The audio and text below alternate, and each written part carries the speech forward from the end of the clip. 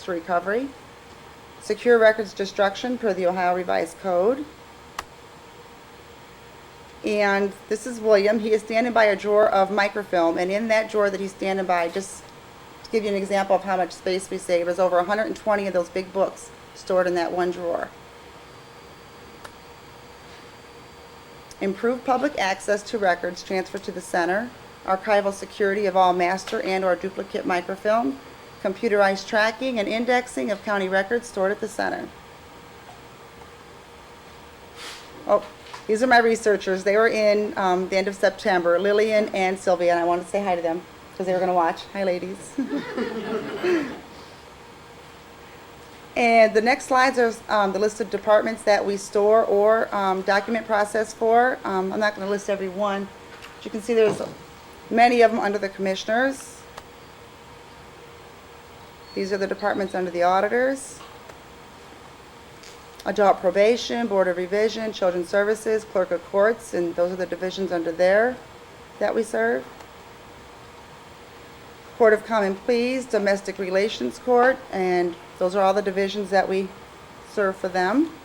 May I ask a question there, Sure. please? Is there a county policy or a state policy that determines which department should be placed with the central records department?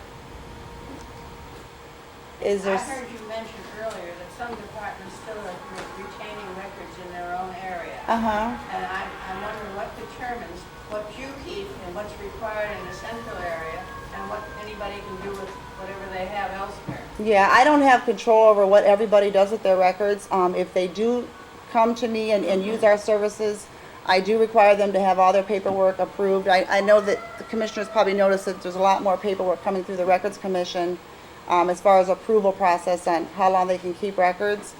I can't control everybody's records, but if they come to me, I can have, a little bit of control over what happens to them.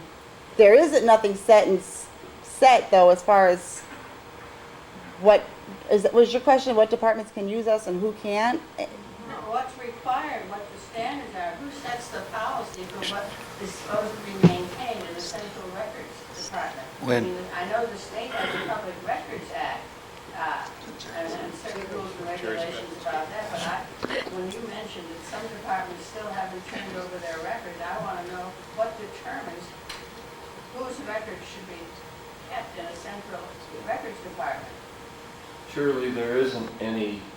Sending them over to the records center is just a matter of storage space and so forth. So there's no requirement that the individual departments send them over or anything as far as how long they keep them in their own space here.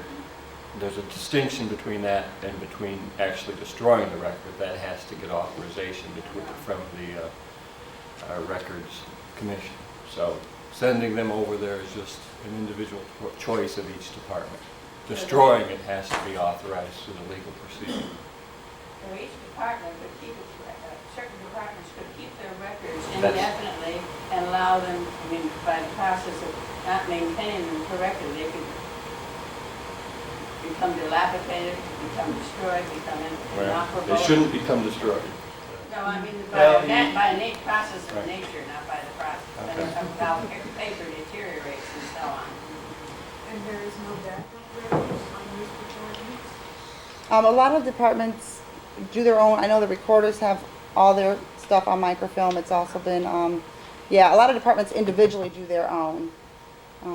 I have something in here for future goals that I'd like to see something uniform, but.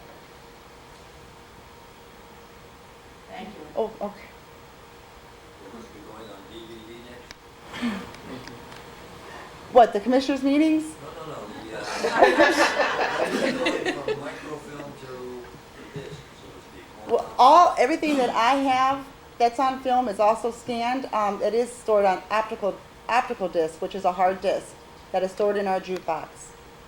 That is on that, and then we also take the microfilm of that particular department and store it with that department, which is off-site, because we are located off-site from all the departments that we serve. I see our staff laughing now. We are going to start storing the commissioners' meetings on DVDs. Yes. so you can stop laughing over their children. Yes. But that's our next, because the tapes are so large, to keep them for historical records, we are moving in the direction of taking the tapes and converting them to DVDs for space and long-term storage. I've actually, started that. We've got, a lot of them done already. Thanks. This is the different type of media we store. We have paper, microfilm, microfiche, roll plans and drawings, computer backup tapes and discs, and those come as revolving. Different departments will bring their backup tapes over and every week and switch. So it's revolving. Cabinets and books. The added projects, we now provide copies of the commissioners' meetings on VHS or DVD for purchase. I don't know what the cost of the DVDs are yet. Did we decide on that? I think it was 250. $250. And we are also tracking the Think It Over babies for the Children and Family Council. I don't know if you guys were aware of those Think It Over babies, but that Juan has. Yeah, we're tracking them, so we know who gets them and when they come back. We're babysitting. What you meant by tracking them. And this is our setup for our DVD and VHS recording. And some of the future goals, I would like to make available the ability to input boxes into our tracking system from the originating departments before the boxes are sent over to the center, with a built-in retention manager to make it easier to comply with the Ohio Records laws. Also, the ability for departments and the public to request records online through a web-enabled system. I think this would be really great. To a system that will provide access to scanned records and files from each department, to a centralized control area with decentralized access. That's what I was talking about before. Because all the things that I scan right now are housed in my center, that the departments aren't able to access them through their own desktop, which I think should happen. I think that should be able to be done. And the total number of boxes we have now is 3,865. Of course, that's probably changed since I've done this a couple weeks ago, so we get boxes every day. 1,939 boxes are for permanent retention, and this doesn't include the boxes we are microfilming. 1,665 empty spaces right now for boxes. And this is a list of departments that we store permanent records for. So there's quite a few of them. I also provided the commissioners a list of all permanent county records that I got off the Ohio Historical Society's website.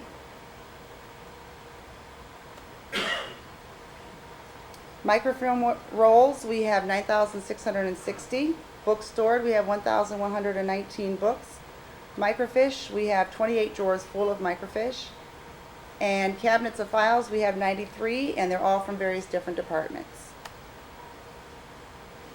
My estimate for full capacity with the storage I have now is in approximately 3 years. We have an average income in boxes of 1,442 per year. Our average destroy boxes is running about 500 per year.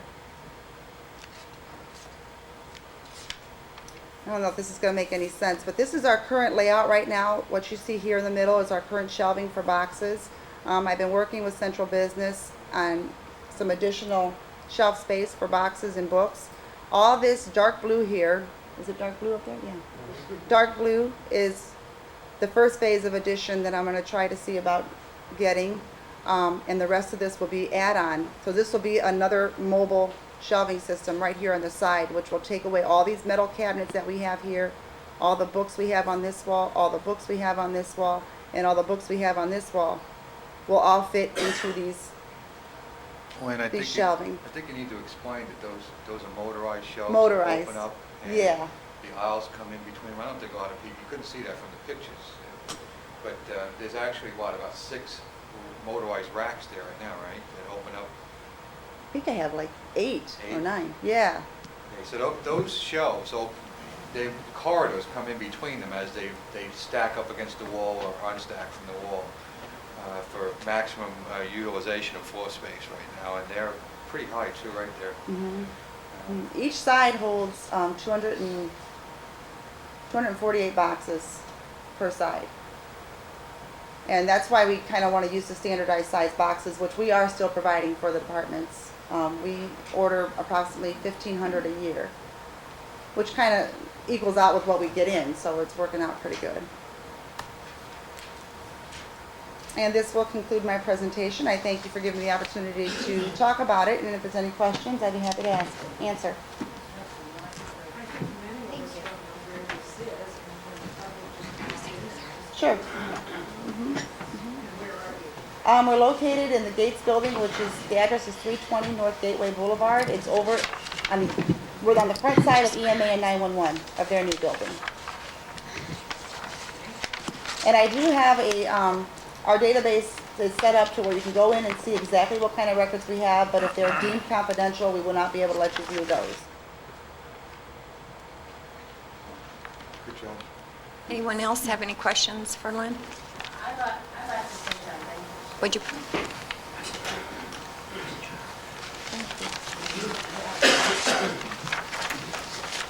Shirley R. Johnson Oberlin. I really think that was a terrific description and explanation. I'm just amazed at all the work that you've done, seeing the beginning pictures with the mess you inherited or whatever you want to call it. I do think it's also important for if you're the chief of this sort of thing or whoever is, to perhaps for the county to have some kind of policy or at least some kind of direction, if they can. I'd like to hear Mr. Innes speak to this, for assuring that records of all the departments related to the county government are maintained in a satisfactory way, and because all these things are very important, not only for historical reasons, but often for reasons of individual situations that come up through the ages. Thank you. Did you want to address that? I would just mention this on behalf of the prosecutor's office. We get an opportunity fairly frequently now to have to retrieve records from the record center, and Lynn's people do a great job. They're very helpful, very prompt. It's really a pleasure to work with them. I guess historically, to explain things to you, Shirley, it used to be just the opposite. We used to tell people when we had to get a record from the record center that somebody took it home and the dog wet on it and we couldn't get it back. I think, honestly, it was so difficult to get it from the records center that a lot of our departments have gotten into the habit of keeping them closer, and it's taken a while for people to realize how efficient Lynn is over there.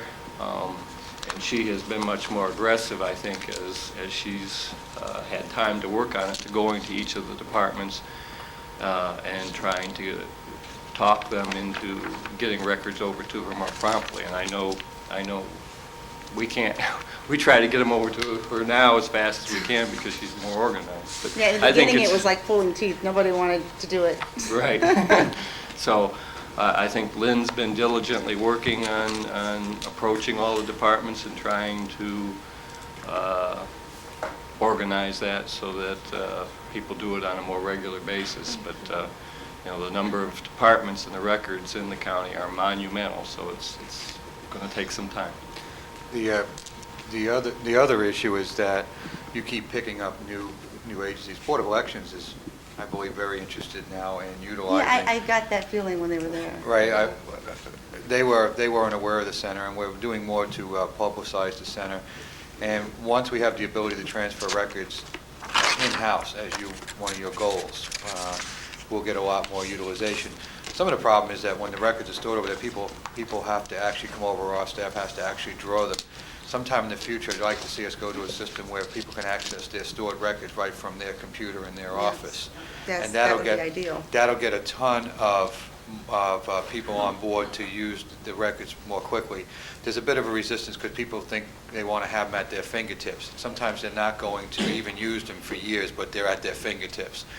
So as our technology improves and we meet some of our goals for the coming years, I think you're going to see utilization explode with regard to the record center. Plus, we're going to be sitting down looking at expansion plans when we get some more free space in 2004 up in the front of the building. And you've already moved into the EMA space that was available up there too. So things are moving along very nicely. Madam Chair, I'd just like to commend Lynn. I think you've done a wonderful job. Thank you. I'm really excited about the part that we played in establishing that record center. Yes, I had a lot of support from you, and I really appreciate it. That really helped as far as trying to get the departments to come on board. The proof is in the pudding. Well, we had the opportunity to do that when Jobs and Families Department moved over on 254, and that building was available to us. So that gave us the opportunity to put the Record Center in there, and I think it's worked out real well Yeah, it's because, a perfect spot for us, really. yeah, like you saw there, I mean, those files and books were all over the place. As a matter of fact, I think the recorder still, well, she has to put some of her records in a vault, and they're off the location. There's some stored by you, but some are also in a vault in another location, and that's just for safety, for protection of those records. But I want to commend you also and your staff. And Bill, thank you both, you and Lynn, for coming up today and informing the public on what your agencies do. I believe it was really very informative from both of you. Thank you again, and thank your staff also, Bill. Public comment? Anyone here like to address the board? Before our public hearing, In 5 minutes.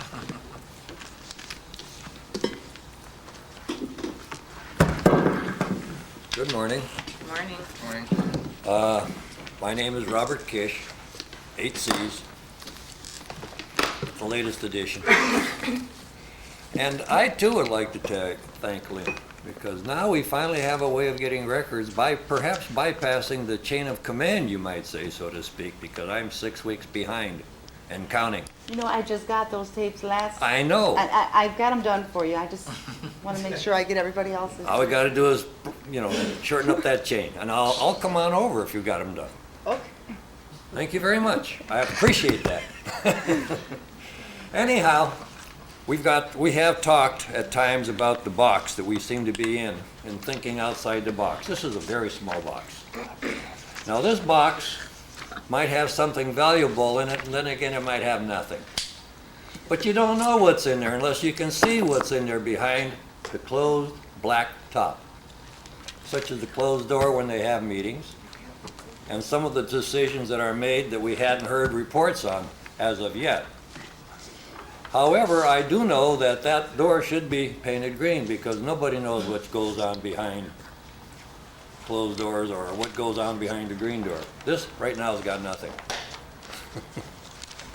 But sometimes, as in the past, I think sometimes a box can be used such as that, only they're larger. Every spring you get catalogs, and in there they advise about growing mushrooms. Now, I don't know if there's light in that room or not, but the boxes I speak of, you grow mushrooms in, and there's a medium that they use to fertilize the mushrooms. So sometimes what you hear may not always be true. You never know. Anyway, I think ideas are good. I think sometimes they're worthless. I may have come up with a worthless suggestion about using ethanol fuel, because it turns out Ohio only has one ethanol fuel station. Now, the part about ethanol fuel, Ford, I talked with Ford and Aaron Lorain. Of course, they might be leaving, the person I talked to, and they said that quite a few of their vehicles run on E85. However, it seems to be the tourists and some of their other vehicles, not the police cars that we see, which sort of makes me wonder why not. You get more performance if performance is what the officers are after. They don't get the mileage, the engines last longer, the performance is actually greater. I tested that this last week. I went down to Columbus, made sure I got there with almost an empty tank, and put in E85. And on the way down, leaving it on cruise control, on some of the hills, it would downshift. On the way back with E85, it never downshifted once. So sometimes ideas are long in coming. Minnesota, if you check out Minnesota, they have at least 40 filling stations with ethanol. So ideas sometimes need beginnings. How long it would take to get from here to Producing ethanol in Ohio, I do not know. They've got 12 plants in Minnesota producing ethanol. What happened today, I'm sort of thankful for. Somebody once said, all that is required for evil, that's bad things, to triumph is for good people to do nothing. And I truly believe that. And today there are more than usual in here in the audience. There's a dozen people here. Sometimes there's one, sometimes there's three. However, today's journal says the job losses from Lorain alone exceeded 3,000. So what we really need, there are going to be amongst these 3,000 some people who leave the area, which will mean the same thing we see in some of the blighted areas, which we were talking about blight a couple of weeks ago. There will be empty houses, there will be weeds growing up. I know of a house that's was worth about $200,000 that is vacant today. And there are weeds growing up about it. And there are houses on either side that are worth $200,000, but it still does not look attractive. Nobody would want to. The walls have been vandalized. And that's what happens when a building that is perfectly usable is not used to its full extent. I emphasize, I'm glad you're in the Gates building, and I wish more people were, including the elections board. Because I think the use of what we have will determine how well a building is kept up, rather than allowed to go into disrepair. I was very surprised to read that you approved the meetings for the 19th, 16th, July 10th, 17th, 21. 21, I didn't know we had a meeting. 24, 31, and 20 of 03. So the Board of Commissioners meetings were waived. Now, I don't know what that meeting was all about, and then I said, good.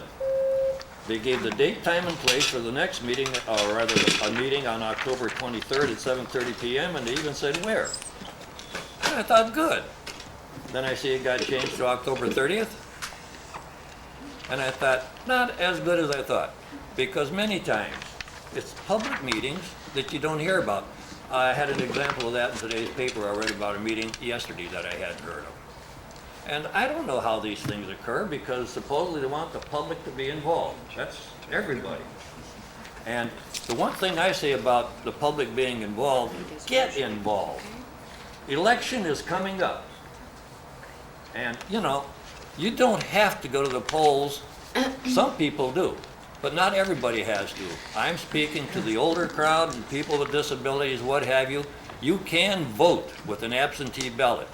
We had gone from 9% in two previous elections to 49% of the registered voters. We have an still not 11 happening. o'clock. I have to rush you a little bit. That's it. Thank you. Bye. There was one dance. There was one in there? Yeah, so do you want to? Oh, good, I'll move.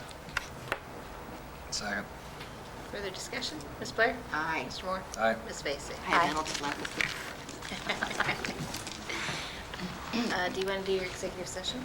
No. No, we have a public hearing. So we need to Well, I think recess somebody this. else had a public statement before we went into the public hearing, though. My name is Gerald W. Phillips. This is going to be No, no, no. very I think she short. wanted- oh, but- Uh, Regarding the Public sewers? comment, or, Regarding the sewers or the public comment? okay, See, I would Jerry. prefer, what I would prefer to do if we could have public comment finish and then go Yes. to the hearing, This is or do you think your hearing's this, only? this is not related to the hearing, Oh, okay. Oh, but okay. this will be very brief. Okay. I'm Gerald W. Phillips, 35955 Detroit Road, Avon, Ohio. I'm an attorney that deals a lot with public records requests and helping the public with the right to know. And I'd like to commend the Records Center and the commissioners for providing easier access and fulfilling their obligations to provide public records to the public, and also to provide the public with the right to know. Thank you. thank you, Thanks, Jerry. Jerry. Mr. Phillips? Ma'am, would you take the podium, please? Hi, my name is Linda Zaleski Turley, and I live in Amherst. And I have been dealing all summer with a neighbor who has a pit bull dog, and the dog warden investigated it, assured me it wasn't a pit bull. I proceeded to look into this further. I got a letter from her vet stating that it is a pit bull. I gave this to him on September 30th, and I cannot get the dog warden to deliver a ticket to this lady for having a pit bull not contained properly, and I'm hoping someone would help me. What community do you live in, ma'am? Amherst. The, normally, a matter of this type of issue would probably be handled by the local law enforcement, but if you give me your information, I'll take a look into it. Yeah, the Amherst police have washed their hands of it. They told me there's nothing they can do, that it's the dog warden's problem. Larry? Mr. Allen back there? Come on up, Larry. She called me. I got in touch with Tom on this issue. Larry, please give Oh, your name I'm and sorry. your title. Larry Allen, County Ombudsman. And I talked with Tom about this. Tom is working on that right as we speak right now. He called me back this morning and let me know that he was in the process of getting ready to serve that lady. But he hasn't served her for, it's been over 10 days. Please provide me the material, and I will make sure that somebody gives you a resolution to this issue one way or another by the conclusion Well, of the day. can I ask a question, Larry, before you walk away? So you're telling me that you got the phone call, you got on Tom, and he's going to resolve this? Yes, So he is going to serve this individual? yes. When is that going to happen? He told me he was going to serve her immediately. Okay. That's what he told me, because I forwarded her a message that she left for me on my voicemail to Tom, talk with Tom personally. Tom told me on today that he was going to be serving her. He had to go through the process. What's the notice? He had to go through a process of getting everything together to serve her. But what's the purpose of serving? Well, actually, she's saying it's a pit bull, and Tom tells me it's a bulldog. No, Tom has been saying all along it's a pit bull. And I have a letter from her vet stating it's a pit bull. Well- She's not answering the door now because she was warned that she's getting a ticket. So now she won't come to the door. Now there's no way to serve her. Yeah, but you can do that through certified mail, couldn't you?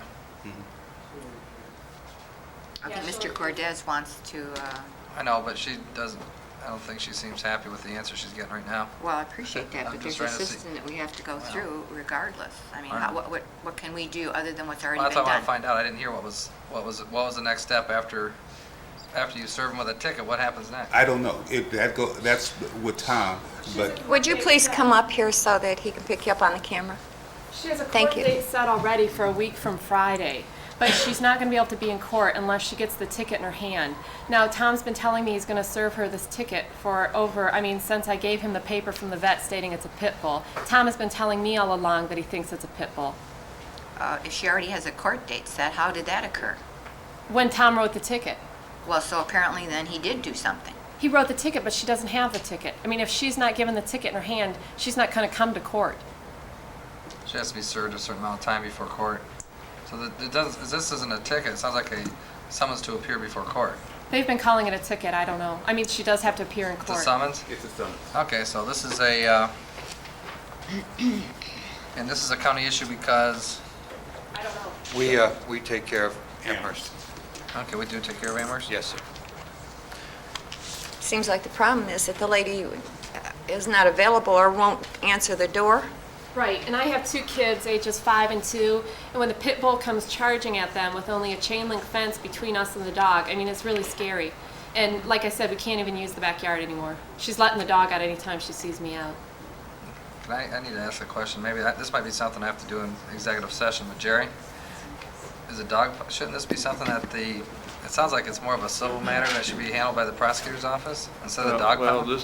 this would be going through Oberlin Municipal Court if it's Amherst Township. Yeah, or Amherst City, yeah. Is it Amherst City or Amherst Township? City. Same well, thing, then, though. then it's within the jurisdiction of Amherst City. But they use Oberlin Court too, I think, so. Right, but I don't really know why the dog warden would be involved with issuing a summons. I know, That should be issued through Oberlin Municipal Court. So. That's why it sounds confusing to me, and it sounds like maybe that's why feels like she's going to serve. And sometimes the dog warden issues a warning or something like that, or if there's a problem with something like a pit bull, he might give them a warning that if you don't do something about this dog, then we're going to formally file a complaint with the municipal court. But that's what he should But have done. once it's filed with the municipal court, the issuing of summons should go through that court. Right. Most of the things that our dog wards issue are dogs at large, unlicensed dogs. She Those doesn't are- have insurance, and she doesn't have it in a pen. And 955.11 of the revised code of Ohio states that any pit bull is a vicious dog. By being a vicious dog, it needs to be in a pen with a top, and it also needs to have insurance. No, that's fine, but I want to try to help you here for a second, if you guys don't mind, Larry. I'm trying to find out what the issue is and how to resolve it. And it sounds like to me, I think Jerry made the point, is I don't know why the dog warden is serving a summons for a court hearing, because it sounds like from what you're saying, he probably won't be able to serve that summons. And there are certain things that a court should do and not a dog warden. That's why I'm trying to figure out why he's trying to serve a summons on a court date that he shouldn't be doing. I cannot. Because he's not a process server, you know? There may be more to this due to the nature of the breed of the dog. And we can take a quick look at that. And you have the public hearing coming up, so 10 minutes ago. why don't, Jim, can I interrupt you just one moment, please go please? ahead. Tom said that the police of Amherst said it wasn't their duty to serve her. It was his duty to serve her. See, what we got is two veterinarians, one saying it's a pit bull, one saying it's a bulldog. And of course, she's telling us it's a pit bull and that it should be in a cage. We don't know until a termination is made in court, and the Amherst police is saying it's not their job to serve this woman. It's the But usually the county sheriff serves, and that's why, I'm sorry, Well, Jerry was... Tell you what, Larry, if after the meeting you can give me this lady's name and address, I'll contact the Oberlin City Prosecutor. Okay. The only problem though, ma'am, is I know they're only there Tuesday and Wednesdays. So I will be in touch with them Tuesday or Wednesday and see if I can find out what the problem with getting these summons served is. Okay. And Thank you, Larry, you've been working on this, or you just get notice of this? I'm just getting involved with it. You're just getting involved with it? Mhm. And you've talked to this young lady already? I I'd like got to find her- out you haven't talked to him yet? No, I don't No. know who he is. Okay, he's our I'm the ombudsman? one you left the voice mail for. Okay. I'll tell you what, if you could talk to Larry right now after in the hallway, kind of get out the time frames and when you start talking to the dog warden, I'd like to know how long you've been communicating with them and why it came to this point today. I would really appreciate that. All right. Thank you for coming. I Is move there any anyone recess? else that wants to address the board. Second. Ms. Vacy? Aye. Ms. Blair? Aye. Mr. Moore? Aye.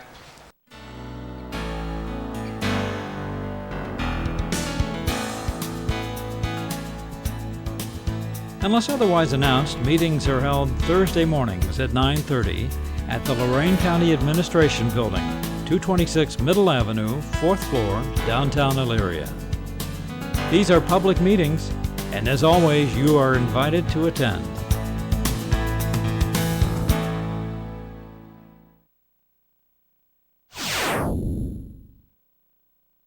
Grass clippings, food scrap, garden remains, leaves all have one thing in common. They can all be composted. All these things will go back to nature using only air and water. Nature will recycle these and numerous other items back into rich soil to benefit your garden or shrubs. Turn it on the ground or tumble it in special drums. Composting saves landfill space and can save you money. Composting can turn into a fun project for the entire family.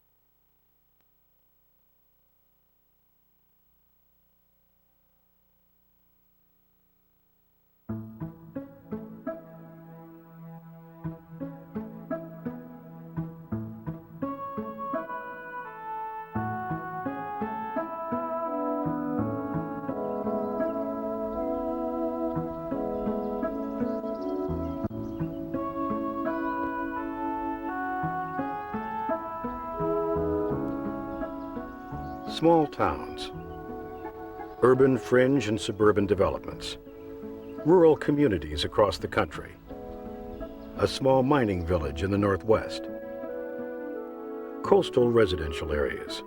Across America, communities have learned that sewers and central wastewater treatment plants are not the only way to have a comfortable standard of living. A well-organized community on-site wastewater management system, or OMS, can ensure public health, enhance water quality, protect property values, sustain the environment, and accommodate growth for the long term. Examples abound nationwide. Some communities have implemented an on-site wastewater management system from the beginning. Others have developed an OMS to address specific concerns or to correct failing conditions. All are successfully using wastewater treatment systems located in or near their own yards. But are on-site systems a modern way to treat wastewater? Are they really that dependable? Historically, seepage pits and septic systems were constructed without much siting or design guidance and received little maintenance. Failures were common. During the post-war housing boom in the late 1940s and early 1950s, millions of septic systems were installed. Despite improved septic tank designs, there were still widespread failures. Of course, the reasons that they failed early on was that we never recognized differences in soil and soil acceptance rates. Well, as a result of these continuing failures, it was reasoned that these systems are unreliable. Treatment begins in the septic tank. Solids and floating matter separate from the wastewater. The wastewater is then dispersed to the soil where most treatment occurs. New knowledge about soil has led to success with septic systems. The idea is that the soil contains numerous bacteria, and that the bacteria then aid in purifying the liquid as it passes by. With the air found in loose soil to breathe, and with the food and the wastewater to eat, the organisms multiply and go to work. The water clears in as little as 2 feet of good soil. But good soil is not found everywhere. Only about 1/3 of the United States has soil suitable for conventional systems. However, there are methods that make up for site limitations. An artificial drain field or mound can be built, augmenting thin soils. Or the biological action of soil can be put in a box of sand or other media. These media filters are then used to pre-treat the wastewater before it is dispersed to the drain field. Another method of pre-treatment is to blow air directly into a wastewater container where suspended organisms are present. The organisms breathe, eat, and multiply. When no more food is available, they die and settle, leaving clarified wastewater. These aerobic treatment units, or ATUs, pre-treat the wastewater before it is dispersed. There are many variations in on-site system design, but all utilize the same natural biological processes. David Van Huysen, Texas designer and consultant, has been working with innovative on-site systems for many years. The whole community doesn't have to be at one point or the other. The whole community doesn't have to be all centralized or all on site. It doesn't have to all be this level of cluster or this level of cluster. You can have different areas of the community that could be managed in different ways. The idea is that the whole thing is one management system. If a good drain field cannot be found on everyone's lot, a cluster system may be a practical solution. Each house may have its own septic tank, but they are all connected to a single drain field. Cluster systems can be included with a variety of other on-site treatment methods within one effective community management system. The California oceanfront settlement of Stinson Beach has operated a successful on-site management system for over 25 years. The 700 residences and businesses occupy very small lots served by on-site systems. In the 1970s, many septic systems were failing. To avoid the high cost and the population increase that sewers and a central plant might bring, committed residents developed an on-site wastewater plan using innovative alternative systems managed by the Stinson Beach County Water District. The engineering firm that I worked for before dealt with centralized systems. I thought that at one time that was the only way to go, and I thought that septic systems were basically an old method until I came here at Stinson Beach. Looking at the way these systems operate and the monitoring system that we have here, I feel that the cost effectiveness of these systems more than outweighs the cost of a centralized system.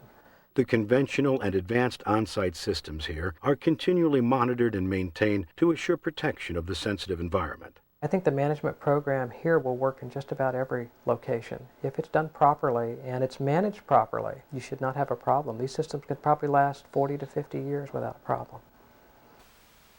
Near the American River, in the foothills of the Sierra Nevada mountains, the planned community of Auburn Lake Trails has been successfully using conventional on-site systems, mounds, and sand filters for 20 years, monitored and managed by the Public Utility District. The reason our zone works so well is because we've done such extensive work in defining the problems in the soil. And once those limitations have been identified, then we can engineer something that can address the limitations in the soil. But it does require some advanced technology.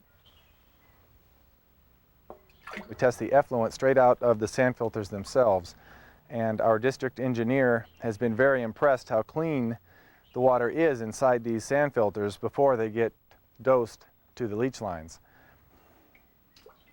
It's important that these sand filters do their job. Otherwise, it could send the effluent right down to our creeks and contaminate our creeks and streams. And we've never had a positive sample in our streams. When you have a problem with a septic tank, you have maybe a 250 gallon a day problem. When you have a problem with the sewer system, you've got 1 million gallons a day. And for rural America, dealing with a 250 gallon a day problem makes a lot more sense than trying to deal with a million. I'm very glad I don't have to deal with 1 million gallons of untreated sewage when there's a problem. In Edison, Washington, shellfish beds were being polluted by the local tidal slough, which contained effluent from failing septic systems and directly discharged waste. Doris Robbins and her neighbors were determined to find a solution that would not be too economically disruptive. We had to keep the expense down because this is a fairly low-income community with 4 generations of people living here. We wanted to keep them here. To serve the 75 homes and businesses, community volunteers helped build a gravel filter. The local school district, also a major stakeholder, provided the high ground for the drain field and shares in the management of the system. We were able to cut the cost per site from $20,000 to $7,000.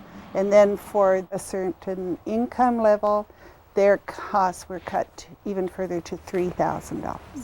The first summer, people commented on how the slough didn't stink anymore.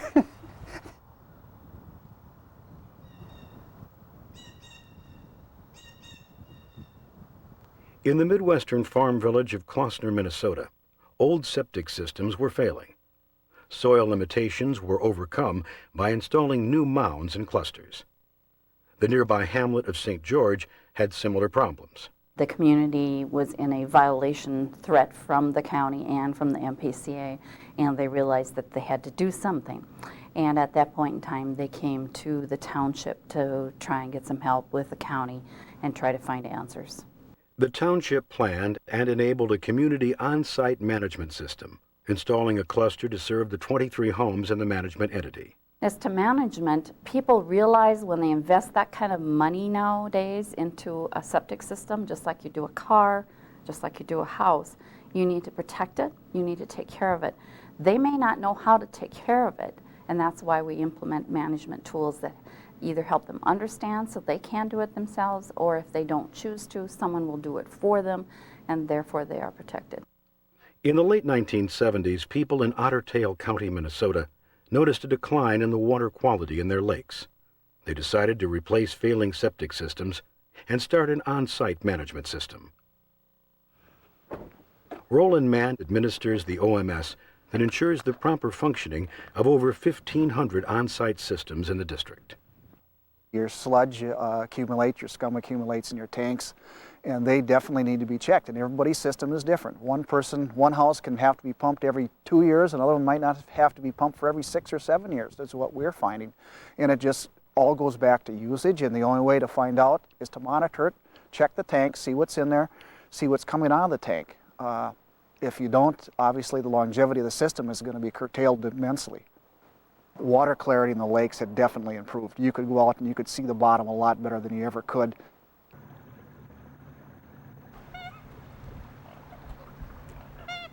In North Carolina, the area around Elizabeth City has extremely high water tables. Residents there use septic systems managed by the Albemarle Regional Health Services on-site management entity. The OMS has been so successful that several adjacent counties have joined it. Years ago, before we started the ME program, we had like a 30% failure rate. Since we started the ME program, we had a 1% failure rate. That to me says a whole lot for the management entity program. Many who work in Washington, D.C. live in nearby Fairfax County.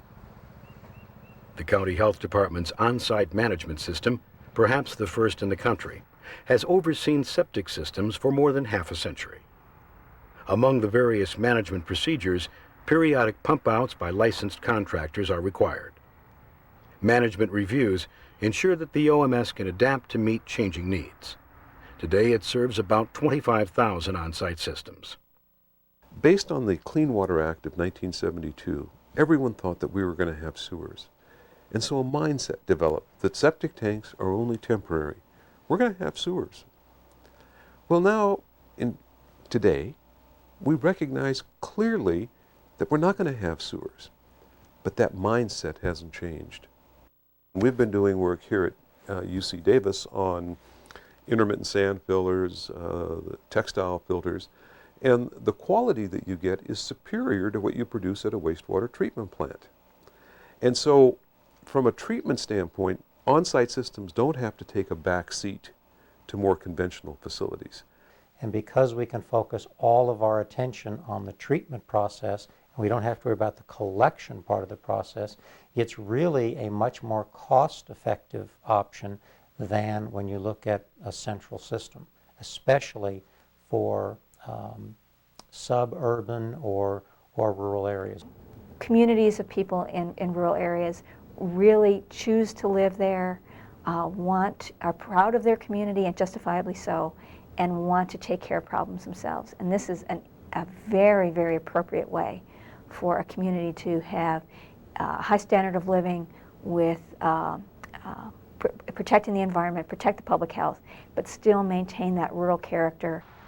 Most of our staff has realized that you can't economically sewer all rural areas. In the areas that we have left that need additional, either for public health reasons or water quality reasons, wastewater treatment, this could be a viable option with the management component so that you achieve the desired treatment results and ensure the long-term viability of the systems. In our office, the on-site and decentralized program is one of our key initiatives. That's what we're promoting, is to look at the options, consider decentralized systems where you can get the community involved very early in the process, give them the information that they need to demonstrate that these are viable options. Located in Morgantown, West Virginia, on the campus of West Virginia University, the National Environmental Services Center specializes in providing information and professional expertise in water quality and wastewater issues to interested communities throughout the country. One of our primary areas of focus at the center is to actually move out and to visit with and to assist communities at the local level. Community leaders, local decision makers, and residents of communities across America have a good, clear understanding much of the time about many of the issues that concern them. But they don't necessarily know where to draw on the resources, the expertise, or to receive the technical assistance. And so we here at our center send out into the field experts, draw on that resource, provide products and services and other related and ancillary support to enable communities to define and design their own destinies.